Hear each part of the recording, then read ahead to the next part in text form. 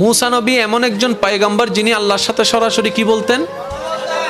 আল্লাহর সাথে সরাসরি কি বলতেন? এটা সবাই জানতো।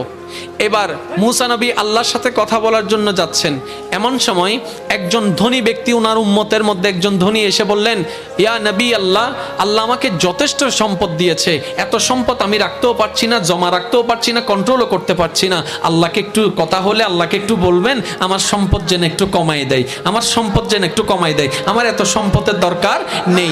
কিছু দূর যাওয়ার পরে আরেকজন একদম ফাটাছিড়া কাপড়ওয়ালা একজন উম্মত এসে মূসা নবীকে বললেন, ও মূসা নবী, আল্লাহকে একটু বলবেন আমাকে আর কত কষ্ট দিবে, আমাকে আর কত ক্ষুধার্ত রাখবে, আমাকে আর কত কাপড় ছাড়া রাখবে, আমাকে আর কত কষ্ট দিবে, আল্লাহকে একটু বলবেন আমাকে যেন একটু টাকা পয়সা বাড়াই দেয়, ধন সম্পদ বাড়াই দেয়। তাহলে দুইজন বান্দার দুই রকমের আবদার নিয়ে মূসা নবী আল্লাহর সাথে কথা বলতে গেলেন। এবার ইমানদার ভাইয়েরা মনের কান দিয়ে শোনার চেষ্টা করুন, এখানে আপনার জীবনের অনেক প্রশ্নের উত্তর পেয়ে যাবেন আপনি। এবার মূসা নবী আল্লাহ দরবারে ওই প্রথম বান্দার পক্ষ হয়ে ফরিয়াদ করলেন, আল্লাহ তোমার একজন বান্দাকে তুমি অনেক নিয়ামত দান করেছো, সে বলছে এখন আর তার সম্পদের দরকার নাই, যথেষ্ট হয়েছে, এখন আল্লাহ তুমি তাকে আর সম্পদ দিও না, তার একটা আবদার। এবার আল্লাহ পাক বললেন, ওই ধনী বান্দাটাকে বলবা আজকে থেকে সে যেন শুকরিয়া আদায় করা বন্ধ করে দেয়, আমি নিয়ামত দেওয়া বন্ধ করে দেব। প্রথম জনের উত্তর হয়ে গেল।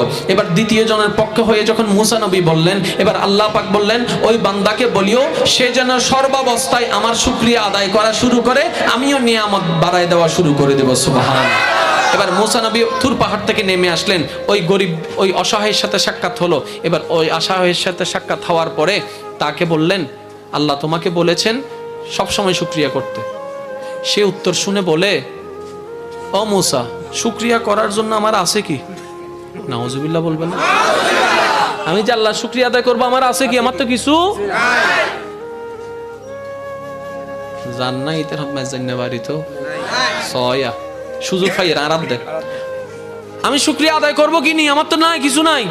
মূসা নবী বলে যে তোর কখনো হবেও না।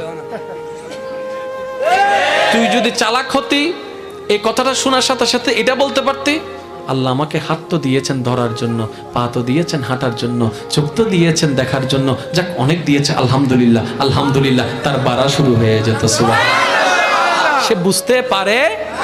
এবার আল্লাহ ওই